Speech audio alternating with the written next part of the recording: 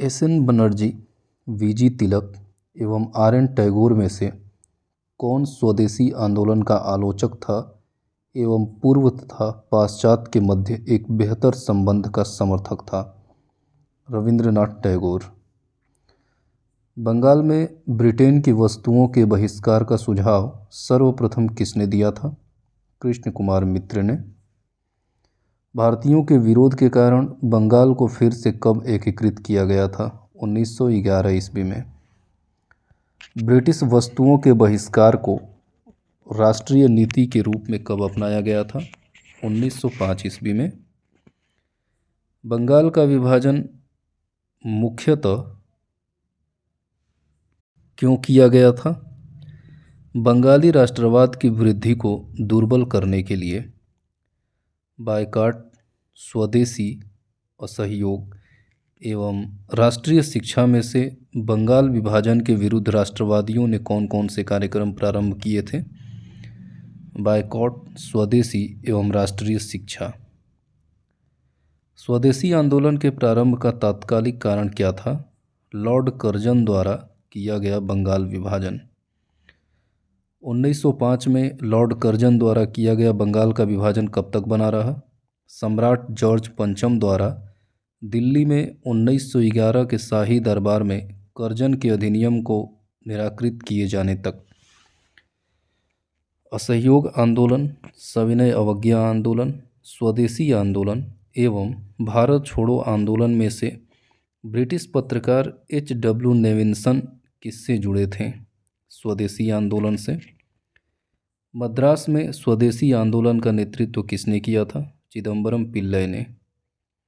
बाल गंगाधर तिलक, अजीत सिंह एवं सैयद हैदर रजा में से किसने स्वदेशी आंदोलन का नेतृत्व दिल्ली में किया था? सैयद हैदर रजा ने। महिलाएं, कृषक, मुसलमान एवं बुद्धिजीवी वर्गों में से कौन 1905 के स्वदेशी आंदोलन से मुख्यतः अप्रभावित रहा? कृषक एवं मुसलमान वर्ग। किस आंदोलन के दौरान वंदे मातरम, भारतीय राष्ट्रीय आंदोलन का शीर्षक गीत बना था? स्वदेशी आंदोलन के समय। भारत की प्राचीन कला परंपराओं को पुनर्जीवित करने के लिए Indian society of oriental art की स्थापना किसने की थी? अवनींद्रनाथ टैगोर ने। 18 वर्ष की आयु में स्नातक, 20 वर्ष की आयु में प्रोफेसर तथा सुधारक के सह संपादक, 25 वर्ष की आयु में सार्वजनिक सभा और प्रांतीय सम्मेलन के मंत्री, 29 वर्ष की आयु में राष्ट्रीय कांग्रेस के मंत्री, 31 वर्ष की आयु में संपूर्ण रॉयल कमीशन के समक्ष अग्रणी प्रवाह, 34 वर्ष की आयु में प्रांतीय विधायक, 36 वर्ष की आयु में इंपीरियल विधायक, 39 वर्ष की आयु में भारतीय राष्ट्रीय कांग्रेस के अध्यक्ष, एक देशभक्त जिसे महात्मा गांधी ने स्वयं अपना गुरु माना है। यह शब्द किस एक जीवनीकार को वर्णित करता है? गोपाल कृष्ण गोखले को।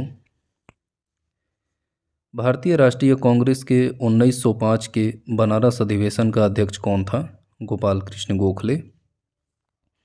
1906 में कलकत्ता कांग्रेस अधिवेशन की अध्यक्षता किसने की थी? दादा भाई नौरोजी ने। कांग्रेस ने स्वराज प्रस्ताव वर्ष 1905 में पारित किया। इस प्रस्ताव का उद्देश्य क्या था? स्वशासन सुनिश्चित करना। स्वराज को बतौर राष्ट्रीय मांग के रूप में सर्वप्रथम किसने रखा था? दादा भाई नौरोजी ने। कांग्रेस के मंच से भारतीय राष्ट्रीय कांग्रेस के किस अधिवेशन में पहली बार स्वराज शब्द व्यक्त किया गया था? कलकत्ता अधिवेशन 1906 में। दादा भाई नौरोजी आमतौर पर किस नाम से जाने जाते थे? The grand old man of India के नाम से। ब्रिटिश पार्लियामेंट में चुना जाने वाला प्रथम भारतीय कौन था? दादा भाई नौरोजी। भारतीय कांग्रेस कहाँ पर उदारवादियों एवं उग्रवादियों दो भागों में विभाजित हो गई थी? सूरत अधिवेशन 1907 में। स्वदेशी की भावना से ओतप्रोत भारत के चरमपंथी राष्ट्रवादी आंदोलन काल के संदर्भ में कुछ प्रमुख तथ्य इस प्रकार हैं। 1898 में राष्ट्रीय शिक्षा की योजना सतीश चंद्र मुखर्जी द्वारा तैयार की गई थी। बंगाल नेशनल कॉलेज की स्थापना 1906 ईस्वी में, जिसके प्रधानाचार्य अरविंद घोष थे। टैगोर ने आत्मशक्ति की उपासना को उपदेश दिया, जिसका मुख्य उद्देश्य गांवों का सामाजिक और आर्थिक पुनरुद्धार करना था। यह सारे तथ्य चरमपंथी राष्ट्रवादी आंदोलन काल के संदर्भ से संबंधित हैं। स्वदेशी आंदोलन के संबंध में कुछ प्रमुख कथन इस प्रकार हैं। कुछ विशिष्ट मुसलमान आंदोलन में शामिल हुए थे। स्त्रियों ने आंदोलन में सक्रिय रूप में भागीदारी ली थी। आंदोलन ने बंगाल के किसानों को न तो अधिक प्रभावित किया और न ही बंगाल के किसान इसमें शामिल हुए थे। यह 3 कथन स्वदेशी आंदोलन के कथन हैं। कुछ प्रमुख तथ्य दादा भाई नौरोजी के बारे में इस प्रकार है। दादा भाई नौरोजी ने poverty and un British rule in India पुस्तक की रचना की थी। इन्होंने गुजराती के प्रोफेसर के रूप में यूनिवर्सिटी कॉलेज लंदन में कार्य किया था। इन्होंने बम्बई में महिला शिक्षा की नींव रखी थी। यह पहले भारतीय थे जो एल्फिंस्टन कॉलेज बम्बई में गणित एवं भौतिकी के प्रोफेसर नियुक्त हुए थे। 1892 में उन्हें ब्रिटिश पार्लियामेंट का एक सदस्य निर्वाचित किया गया था। उन्होंने एक गुजराती पत्रिका रफ्त गुफ्तार का आरंभ किया था। यह प्रमुख कथन दादा भाई नौरोजी के बारे में थे। 1907 के भारतीय राष्ट्रीय कांग्रेस के सूरत के वार्षिक अधिवेशन के अध्यक्ष कौन थे? आर.बी. घोष। भारतीय राष्ट्रीय कांग्रेस के वर्ष 1906 में विख्यात कलकत्ता अधिवेशन में 4 संकल्प पारित किए गए थे।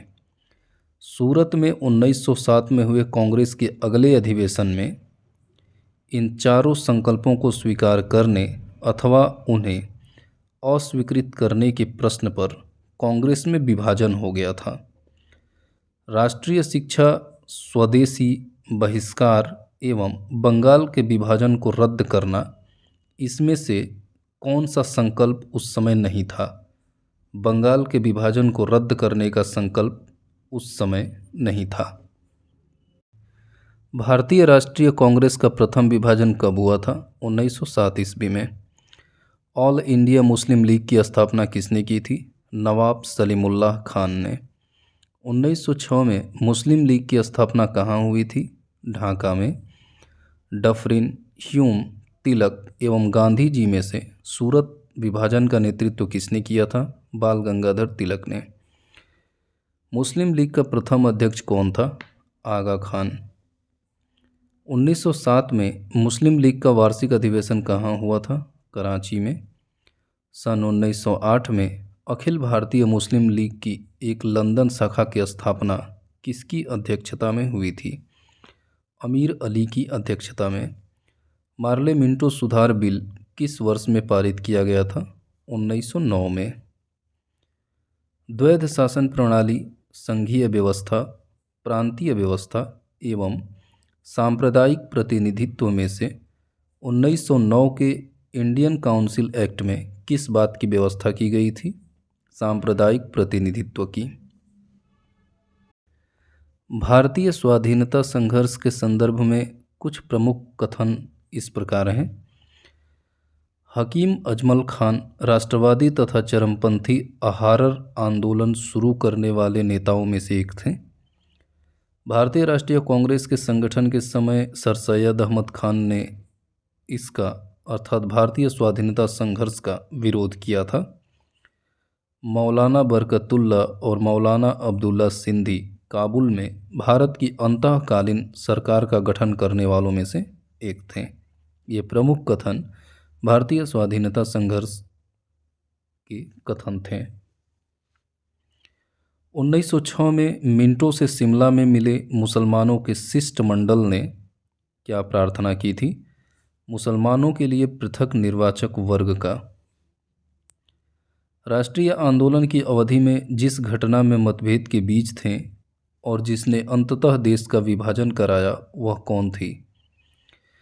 विधानसभाओं में मुसलमानों के लिए पृथक निर्वाचन क्षेत्र और स्थानों का आरक्षण की घटना। ब्रिटिश काल में दिल्ली के पहले भारत की राजधानी कहाँ थी? कलकत्ता। 1912 ईस्वी में जब राजधानी कलकत्ता से दिल्ली लाई गई उस समय भारत का वायसराय कौन था? Lord Hardinge. दिल्ली में Lord Curzon, Lord Mayo, Lord Minto एवं लॉर्ड हार्डिंग में से किसके राजकीय प्रवेश के अवसर पर बम फेंका गया था? लॉर्ड हार्डिंग के। ब्रिटिश शासन के दौरान बिहार को एक अलग प्रांत का किस वर्ष प्राप्त हुआ था? 1912 ईस्वी में। दिसंबर 1916 में इंडियन नेशनल कांग्रेस तथा इंडियन मुस्लिम लीग ने एक ही समय अपने अधिवेशन कहाँ आयोजित किए थे? लखनऊ में। 1916 में भारतीय राष्ट्रीय कांग्रेस के लखनऊ अधिवेशन की अध्यक्षता किसने की थी? AC मजूमदार ने। एनी बेसेंट, MA जिन्ना, मैडम कामा एवं फिरोज शाह मेहता में से अतिवादियों एवं उदारवादियों के पुनर्मिलन की प्रक्रिया में प्रमुख शिल्पी कौन था? Annie Besant. वर्ष 1916 में मुस्लिम लीग और कांग्रेस के मध्य किसने समझौता कराया था? BG तिलक ने, बाल गंगाधर तिलक ने। कांग्रेस के 1916 के लखनऊ अधिवेशन में कौन सा मुख्य दूरगामी परिणाम वाला निर्णय लिया गया था? मुस्लिम लीग की पृथक निर्वाचन क्षेत्र की मांग स्वीकार कर ली गई थी। कांग्रेस ने पहली बार मुस्लिम समुदाय के लिए पृथक निर्वाचन प्रणाली कब स्वीकार की थी? 1916 ईस्वी में। इंडियन नेशनल कांग्रेस और मुस्लिम लीग के बीच मतक्य का समय क्या था? वर्ष 1916 से 1922 तक। होम रूल लीग आंदोलन सर्वप्रथम किसने आरंभ किया था? एनी बेसेंट ने। किसके नेतृत्व में 1915 से 1916 में 2 होम रूल लीग आरंभ की गई थी? तिलक एवं एनी बेसेंट के। सविनय अवज्ञा आंदोलन, गृह शासन आंदोलन, खिलाफत आंदोलन एवं असहयोग आंदोलन में से एनी बेसेंट मुख्यतः किससे संबंध रही हैं? गृह शासन आंदोलन से। प्रथम विश्व युद्ध के दौरान आंदोलन कौन सा था जो भारत में लोकप्रिय हुआ था? होम रूल आंदोलन। बाल गंगाधर तिलक, एनी बेसेंट एवं सुब्रमण्यम अय्यर और TS ऑलकॉट में से किसका योगदान होम रूल लीग की स्थापना में नहीं था? TS ऑलकॉट का। CR दास, एनी बेसेंट, BG तिलक एवं S सुब्रमण्यम अय्यर में से कौन होम रूल आंदोलन से नहीं जुड़ा था? CR दास।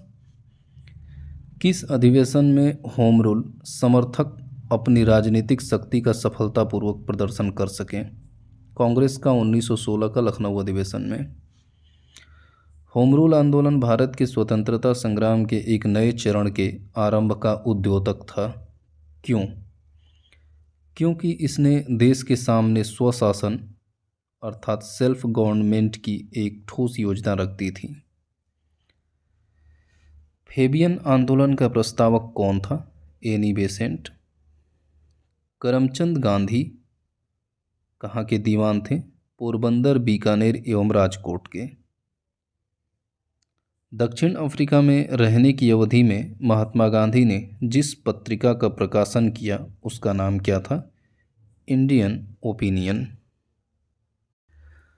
1916 के लखनऊ के कांग्रेस अधिवेशन के विषय क्या थे? इस अधिवेशन में उदारवादियों और उग्रवादियों के बीच पुनः मेल स्थापित हुआ था और महात्मा गांधी पहली बार चंपारण के किसानों की समस्याओं से अवगत कराए गए थे।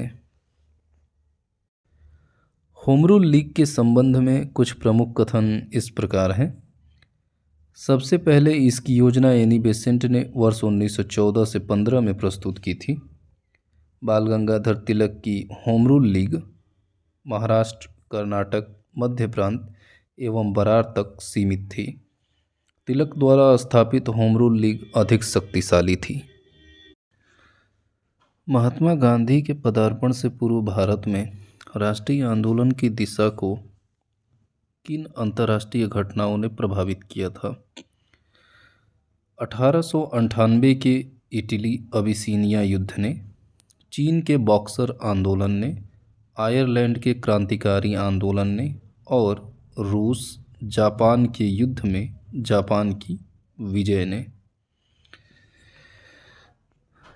फिनिक्स फॉर्म कहाँ है? डरबन, दक्षिण अफ्रीका में। एम के गांधी किसके समर्थक थे? दार्शनिक अराजकतावाद के। गांधी जी के राम राज्य के युगल सिद्धांत कौन थे? सत्य और अहिंसा। गांधी जी की दृष्टि में अहिंसा का अर्थ क्या था? सत्य की प्राप्ति का रास्ता। बहिष्कार, धरना, उपवास एवं हड़ताल में से गांधी की सत्याग्रह रणनीति में किसे सबसे अंतिम स्थान प्राप्त है? हड़ताल को। गांधी जी ने परिवार नियोजन हेतु क्या तरीका बताया था? आत्मनियंत्रण। महात्मा गांधी दक्षिण अफ्रीका से भारत किस वर्ष लौटे थे? 1915 ईस्वी में। गांधी जी दक्षिण अफ्रीका में कितने वर्ष रहे थे? 21 वर्ष। दक्षिण अफ्रीका के किस रेलवे स्टेशन पर गांधी जी को ट्रेन से फेंका गया था? पीटर मैरिट्सबर्ग स्टेशन पर। एम के गांधी ने भारतीय राष्ट्रीय कांग्रेस के किस अधिवेशन में सर्वप्रथम भाग लिया था? कलकत्ता अधिवेशन में 1901 ईस्वी में। भारत के स्वतंत्रता आंदोलन के दौरान महात्मा गांधी द्वारा स्थापित साबरमती आश्रम किस नगर के बाहर स्थित है? अहमदाबाद के। महात्मा गांधी ने अहमदाबाद के निकट साबरमती के किनारे एक आश्रम बनाया था। इसे क्या कहा जाता था? सत्याग्रह आश्रम। साबरमती, फिनिक्स, वर्धा एवं सदाकत में से महात्मा गांधी से संबद्ध आश्रमों में कौन सबसे पुराना आश्रम है? फिनिक्स आश्रम। महात्मा गांधी के राजनीतिक गुरु कौन थे? गोपाल कृष्ण गोखले। महात्मा गांधी के अनुसार राजनीति का तात्पर्य क्या था? जन कल्याण के लिए सक्रियता। गांधी जी ने राजनीति का जो प्रतिमान प्रस्तुत किया है उसमें नैतिकता, धर्म, मानवता एवं सत्ता में से कौन सी विशेषता नहीं है? सत्ता। सत्याग्रह शब्द को किसने गढ़ा था? महात्मा गांधी जी ने। भारत के स्वतंत्रता संघर्ष के दौरान सबसे पहले सत्याग्रह किसने किया था? महात्मा गांधी ने। किसने कहा था कि विदेशी वस्त्रों की बर्बादी ही उनके साथ सर्वोत्तम व्यवहार है? महात्मा गांधी ने।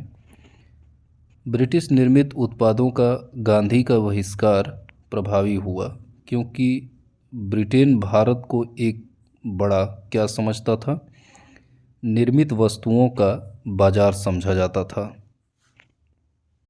महात्मा गांधी की राजनीतिक जीवन की कुछ प्रमुख घटनाओं का कालक्रम इस प्रकार है। चंपारण 1917, अहमदाबाद मिल हड़ताल फरवरी मार्च 1918, खेड़ा 22 मार्च 1918 एवं असहयोग आंदोलन 1920 और 22। गांधीवादी विचारधारा किनसे प्रभावित रही है? रस्किन, थोरो एवं टॉलस्टॉय से। गांधी जी के बारे में कुछ प्रमुख कथन इस प्रकार है। उन्होंने अपनी प्रारंभिक शिक्षा राजकोट में प्राप्त की थी। कस्तूरबा के साथ उनका विवाह 13 वर्ष की उम्र में हो गया था। उन्होंने विधि का अर्थात लॉ का अध्ययन द इनर टेम्पल लंदन में किया था। वे रस्किन की पुस्तक अनटू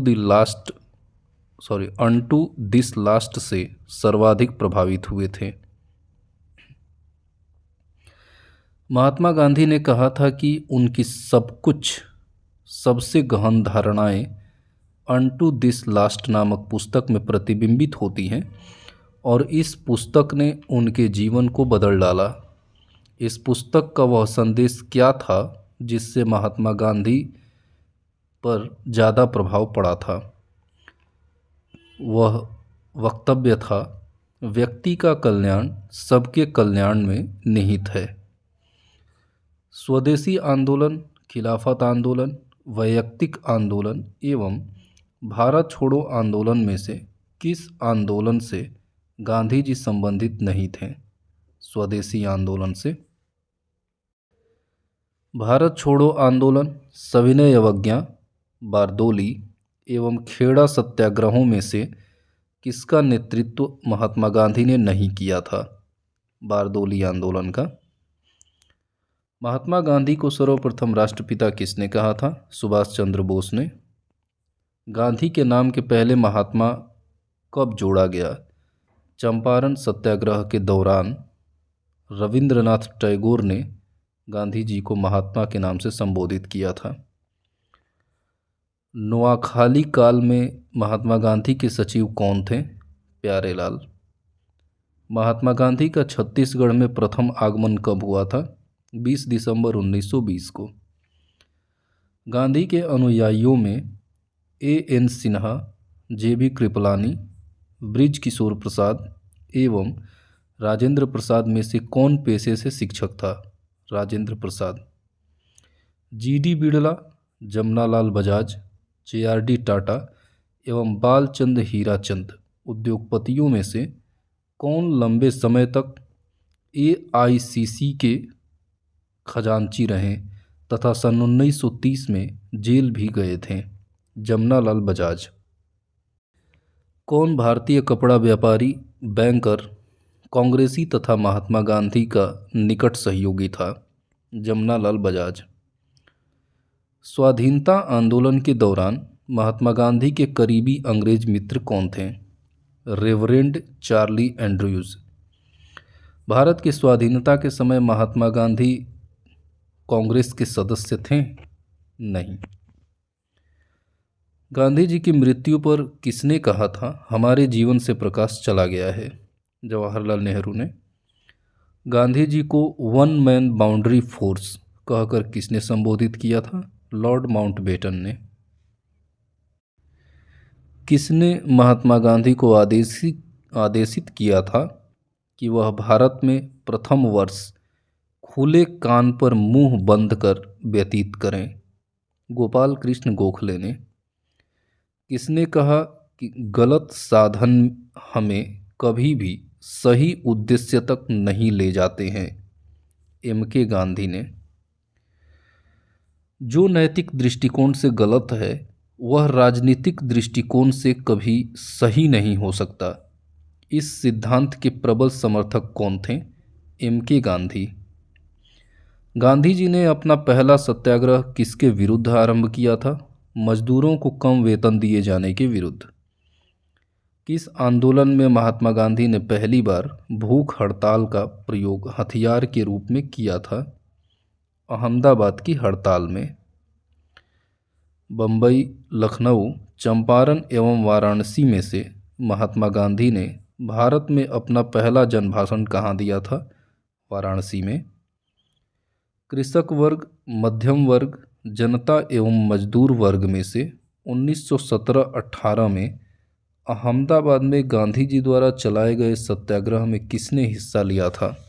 मजदूर वर्ग ने। महात्मा गांधी का कौन सा संघर्ष औद्योगिक श्रमिकों से संबंधित था? अहमदाबाद संघर्ष। गांधी जी ने ट्रस्टीशिप के सिद्धांत को कहाँ दिया था? अहमदाबाद 1918 में। M.K. गांधी के अनुसार अस्पृश्यों का सामाजिक आर्थिक सुधार संपन्न कैसे किया जा सकता है? उनके लिए कुटीर उद्योग की स्थापना करके। खेड़ा सत्याग्रह, सविनय अवज्ञा आंदोलन, असहयोग आंदोलन एवं चंपारण सत्याग्रह में से कौन सी घटना सबसे पहले हुई? चंपारण सत्याग्रह। चंपारण में तिनकठिया प्रथा का क्या तात्पर्य था? 3/20 भूभाग पर नील की खेती करना। गांधी जी ने भारत में पहली बार सत्याग्रह आंदोलन बिहार में कहाँ प्रारंभ किया था? चंपारण में। गांधी जी का चंपारण आंदोलन किस लिए था? नीलकर्मियों की समस्याओं के समाधान हेतु। गांधी जी का चंपारण सत्याग्रह किससे जुड़ा था? तिनकठिया प्रथा से। चंपारण संघर्ष में कौन महात्मा गांधी जी का साथ दिया था? राजेंद्र प्रसाद और अनुग्रह नारायण सिन्हा ने। वल्लभ भाई पटेल, मदन मोहन मालवीय, शौकत अली एवं राजकुमार शुक्ल में से कौन महात्मा गांधी के चंपारण सत्याग्रह से संबद्ध है? राजकुमार शुक्ल। राजेंद्र प्रसाद, अनुग्रह नारायण सिन्हा, जेबी कृपलानी एवं जयप्रकाश नारायण में से कौन चंपारण आंदोलन से संबंधित नहीं था? जयप्रकाश नारायण। खेड़ा, चंपारण, बारदोली एवं बारोडा में से महात्मा गांधी ने सर्वप्रथम किस किसान आंदोलन में भाग लिया था? चंपारण आंदोलन में। भारत में 1918 में प्रथम मजदूर संघ की स्थापना किसने की थी? वीपी वाडिया ने। भारत सरकार द्वारा 1919 में आईएलओ के वाशिंगटन सम्मेलन में मजदूरों का प्रतिनिधित्व के रूप में किसे भेजा गया था? एनएम जोशी को। अहमदाबाद टेक्सटाइल लेबर एसोसिएशन की स्थापना किसने की थी? महात्मा गांधी ने। खेड़ा के किसानों के पक्ष में महात्मा गांधी के सत्याग्रह संगठित करने के क्या कारण थे? अकाल पड़ने के बावजूद प्रशासन ने भू राजस्व की उगाही स्थगित नहीं की थी, इसीलिए। महात्मा गांधी के चंपारण सत्याग्रह का किसने विरोध किया था? एनजी रंगा ने। भारत ट्रेड यूनियन कांग्रेस के पहले अध्यक्ष कौन थे? लाला लाजपत राय। बम्बई में अखिल भारतीय व्यापार संघ कांग्रेस की स्थापना कब हुई थी? 1920 ईस्वी में। अखिल भारतीय ट्रेड यूनियन कांग्रेस के 1920 में बम्बई में हुए प्रथम अधिवेशन की अध्यक्षता किसने की थी? लाला लाजपत राय ने। 1929 में नागपुर में संपन्न all India trade union Congress की अध्यक्षता किसने की थी? जवाहरलाल नेहरू ने। कम्युनिस्ट इंटरनेशनल का सदस्य बनने वाला पहला भारतीय कौन था? एम.एन. रॉय। 1940 में रेडिकल डेमोक्रेटिक पार्टी का गठन किसने किया था? एम.एन. रॉय ने। अक्टूबर 1920 में भारतीय कम्युनिस्ट पार्टी की स्थापना के लिए ताशकंद में एकत्र हुए भारतीयों के समूह के मुखिया कौन थे? एम.एन. रॉय। कानपुर षड्यंत्र मुकदमा किस आंदोलन के नेताओं के विरुद्ध था? साम्यवादी आंदोलन के नेताओं के। सौमेंद्र नाथ टैगोर द्वारा स्थापित दल का क्या नाम था? क्रांतिकारी साम्यवादी दल। ट्रेड यूनियन आंदोलन के क्रांतिकारी चरण का कौन सा समय था? वर्ष 1926-39।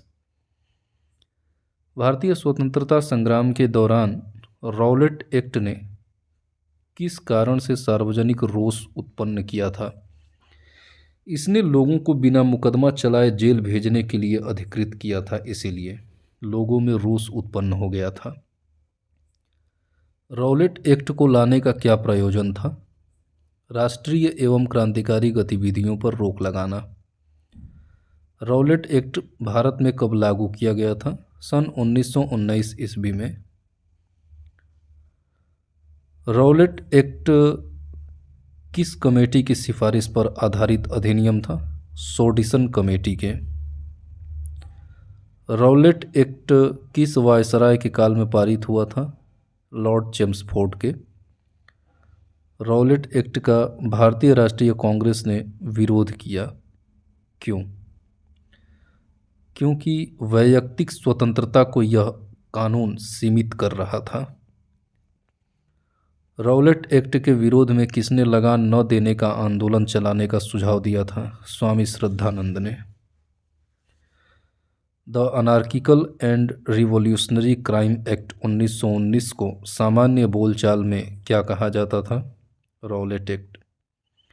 कौन सी महत्वपूर्ण घटना जलियांवाला बाग नरसंहार के तुरंत पूर्व घटी थी? Rowlatt act. जलियांवाला बाग हत्याकांड कब हुआ था? 13 अप्रैल 1919 को। वर्ष 1919 में भारतीय इतिहास का कौन सा घटना काफ़ी गंभीर था? जलियांवाला बाग त्रासदी, अमृतसर में। किसकी गिरफ्तारी के विरोध में काफ़ी संख्या में लोग अमृतसर के जलियांवाला बाग में 13 अप्रैल 1919 को इकट्ठा हुए थे? डॉक्टर सैफुद्दीन किचलू और डॉक्टर सत्यपाल के गिरफ्तारी के विरुद्ध में। 1919 में हुए जलियांवाला बाग हत्याकांड के विरोध में किस विख्यात व्यक्ति ने ब्रिटिश सरकार द्वारा प्रदान की गई नाइटहुड की उपाधि को वापस लौटा दिया था? रविंद्रनाथ टैगोर ने 30 मई 1919 को। जलियांवाला बाग हत्याकांड के विरोध में वायसराय की कार्यकारिणी परिषद की सदस्यता से किसने इस्तीफा दे दिया था? शंकरन नायर ने। जनरल डायर का नाम किस घटना से जुड़ा हुआ है? जलियांवाला बाग से। हंटर आयोग की नियुक्ति कब की गई थी? जलियांवाला बाग हत्याकांड के बाद। जलियांवाला बाग हत्याकांड के लिए जिम्मेदार जनरल डायर को किसने मारा था? ऊधम सिंह ने। जलियांवाला बाग नरसंहार पर कांग्रेस जांच समिति की रिपोर्ट के प्रारूप लिखने का कार्य किसे सौंपा गया था? महात्मा गांधी को। सार्वजनिक रोष की लहर किसके कारण उभरी जिसके फलस्वरूप जलियांवाला बाग में ब्रिटिश द्वारा जनसंहार की घटना घटी थी? The Rowlatt act. मॉन्टेग्यू ने निवारक हत्या के नाम से किसे विशेषीकृत किया है? जलियांवाला बाग नरसंहार को। खिलाफत आंदोलन को किसने प्रारंभ किया था? शौकत अली एवं मोहम्मद अली ने। वर्ष 1919 में अखिल भारतीय खिलाफत सम्मेलन का अध्यक्ष किसे चुना गया था? महात्मा गांधी को। खिलाफत आंदोलन को किसने समर्थन नहीं दिया था? खिलाफत आंदोलन को प्रमुख रूप से किसका समर्थन मिला था? गांधी जी का। महात्मा गांधी ने खिलाफत आंदोलन का समर्थन क्यों किया था? क्योंकि गांधी जी ने अंग्रेजों के खिलाफ अपने आंदोलन में भारतीय मुसलमानों का सहयोग प्राप्त करना चाहा था। किसने खिलाफत आंदोलन को हिंदुओं और मुसलमानों की एकता के एक ऐसे अवसर के रूप में देखा जो 100 वर्षों में भी पुनः प्रस्तुत नहीं होगा? महात्मा गांधी ने। किसने खिलाफत आंदोलन के दौरान हाजिक उल मुल्क की पदवी त्याग दी थी? हकीम अजमल खान ने। 4 अप्रैल 1919 को दिल्ली की जामा मस्जिद के प्रवचन मंच से किसने हिंदू मुस्लिम एकता पर भाषण दिया था? स्वामी श्रद्धानंद ने। गांधी जी को किसने सावधान किया था कि मुस्लिम धार्मिक नेताओं और उनके अनुयायियों के कट्टरपन को प्रोत्साहित न करें? मोहम्मद अली जिन्ना ने। किसने महात्मा गांधी की खिलाफत आंदोलन में भागीदारी की भर्त्सना की थी? जिन्ना ने। खिलाफत आंदोलन का परिणाम क्या था? हिंदू मुस्लिम मतभेदों में कमी आना। 1920 की खिलाफत कमेटी की सभा जिसने गांधी को असहयोग आंदोलन के नेतृत्व को संभालने का अनुरोध किया था वह किस शहर में हुई थी? इलाहाबाद में। कांग्रेस ने खिलाफत आंदोलन का समर्थन मुख्यतः क्यों किया था? खलीफा की पुनः स्थापना के लिए एवं मुसलमानों की सहानुभूति प्राप्त करने के लिए। जवाहरलाल नेहरू, मदन मोहन मालवीय, मोहम्मद अली एवं स्वामी श्रद्धानंद में से किस भारतीय नेता ने खिलाफत आंदोलन का समर्थन नहीं किया था? मदन मोहन मालवीय ने। इस मिसाल में हम मुसलमानों को हिंदुओं से भिड़ा नहीं पाए। एचिंस्टन का यह कथन किस घटना से संबंधित है? खिलाफत और असहयोग आंदोलन से 1919 और 1922 में। 1921 का मोपला आंदोलन किस आंदोलन की शाखा थी? खिलाफत आंदोलन की। CR दास, एनी बेसेंट, BC पाल एवं मदन मोहन मालवीय में से किसने 1920 के नागपुर के भारतीय राष्ट्रीय कांग्रेस के अधिवेशन में असहयोग के प्रस्ताव को प्रस्तावित किया था? CR दास ने। भारतीय राष्ट्रीय कांग्रेस ने पहला असहयोग आंदोलन किस वर्ष में शुरू किया था? 1920 ईस्वी में। असहयोग आंदोलन, नमक आंदोलन, नील आंदोलन एवं भारत छोड़ो आंदोलन में से महात्मा गांधी द्वारा चलाया गया कौन सा प्रथम जन आंदोलन था? असहयोग आंदोलन। खिलाफत के प्रश्न पर असहयोग आंदोलन कब शुरू हुआ था? 1920 ईस्वी में। एक वर्ष में स्वराज का नारा गांधी जी ने कब दिया था? असहयोग आंदोलन के समय। ब्रिटिश सरकार ने महात्मा गांधी को जो उपाधि दी थी और जिसे उन्होंने असहयोग आंदोलन में वापस कर दिया था, वह उपाधि क्या थी? कैसरे हिंद। किसने असहयोग आंदोलन के दौरान अपनी वकालत छोड़ दी थी? चित्तरंजन दास ने। किसने असहयोग आंदोलन को समर्थन दिया था परंतु इसके परिणाम नहीं देख सके? बाल गंगाधर तिलक ने। राहुल सांकृत्यायन 1920 के असहयोग आंदोलन में किस क्षेत्र में सक्रिय थे? छपरा में। चौरी चौरा कांड की वास्तविक तिथि क्या है? 4 फरवरी 1922, गोरखपुर, उत्तर प्रदेश में। किस घटना के कारण गांधी जी ने असहयोग आंदोलन वापस ले लिया था? चौरी चौरा कांड के। किस घटना के बाद महात्मा गांधी ने असहयोग आंदोलन को अपनी हिमालय जैसी भूल बताई थी? चौरी चौरा कांड के। चौरी चौरा की घटना के समय महात्मा गांधी कहाँ थे? बारदोली में। दिल्ली में 24 फरवरी 1922 को आयोजित अखिल भारतीय कांग्रेस समिति की बैठक में असहयोग आंदोलन वापस लेने के लिए गांधी जी के विरुद्ध निंदा प्रस्ताव किसने प्रस्तुत किया था? बिपिन चंद्र पाल ने। कुछ प्रमुख घटनाओं का सही क्रम इस प्रकार है। पहले चौरी चौरा कांड, बारदोली प्रस्ताव, असहयोग आंदोलन का स्थगन। 1923-28 के काल में भारतीय राजनीति में क्रांतिकारी कार्यविधियों की पुनरावृत्ति के क्या कारण थे? गांधी जी द्वारा असहयोग आंदोलन का स्थगन करना। असहयोग आंदोलन के दौरान विदेशी वस्त्रों के जलाए जाने पर किसने महात्मा गांधी को लिखा कि यह निष्ठुर बर्बादी है? रविंद्रनाथ टैगोर ने। असहयोग आंदोलन 1920-22 के दौरान स्थापित की गई प्रमुख संस्थाएं कौन कौन सी थीं? काशी विद्यापीठ, गुजरात विद्यापीठ और जामिया मिलिया। 1920-22 के असहयोग आंदोलन का मुख्य प्रतिफल क्या था? हिंदू मुस्लिम एकता। स्वराज पार्टी का निर्माण करने के लिए किसने कांग्रेस के अध्यक्ष पद से त्यागपत्र दे दिया था? CR दास ने। स्वराज पार्टी का गठन किसकी असफलता के बाद हुआ था? असहयोग आंदोलन के। स्वराज पार्टी को किसने संस्थापित किया था? CR दास तथा मोतीलाल नेहरू ने। मोतीलाल नेहरू स्वराज दल के नेता थे। इस दल में चित्तरंजन दास, विट्ठल भाई पटेल एवं C राजगोपालचारी तथा राजेंद्र प्रसाद में से कौन दल में नहीं था? C राजगोपालचारी तथा राजेंद्र प्रसाद। कौन देशबंधु के नाम से प्रसिद्ध है? चित्तरंजन दास। स्वराज आम जनता के लिए होना चाहिए, केवल वर्गों के लिए नहीं। इस प्रसिद्ध सूत्र की घोषणा किसने की थी? CR दास ने। कांग्रेसी नेताओं द्वारा मॉन्टेग्यू चेम्सफोर्ड रिपोर्ट की निंदा करने पर कई नरमपंथियों ने पार्टी को छोड़कर कौन सी पार्टी का गठन किया? Indian liberal federation. Central legislative assembly का प्रथम भारतीय अध्यक्ष कौन था? विट्ठल जी पटेल 1925 में। 16 दिसंबर 1922 को किन लोगों ने इंडिपेंडेंट पार्टी बनाने का निर्णय लिया? मदन मोहन मालवीय एवं मोतीलाल नेहरू ने। साइमन कमीशन भारत किस वर्ष आया? वर्ष 1928 में। साइमन कमीशन के आने के विरुद्ध भारतीय जन आंदोलन क्यों हुआ था? क्योंकि साइमन कमीशन में कोई भी भारतीय सदस्य नहीं था। साइमन आयोग कब नियुक्त किया गया था?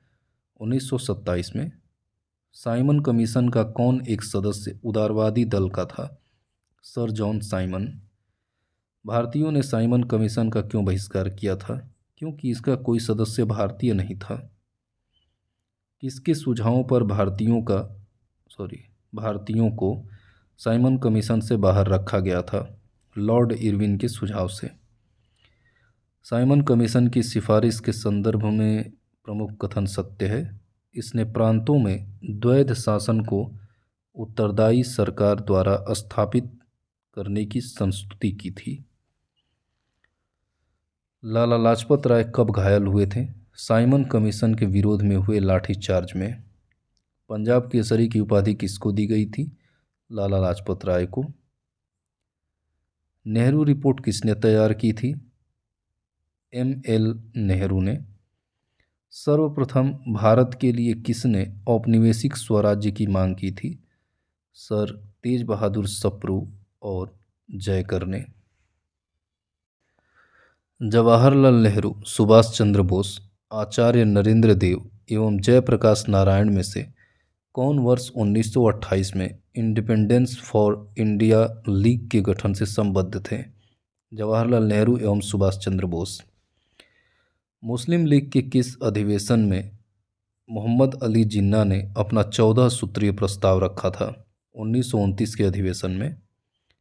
कांग्रेस दल की उग्र शाखा ने, जिसके एक प्रमुख नेता जवाहरलाल नेहरू थे, इंडिपेंडेंस फॉर इंडिया लीग की स्थापना की।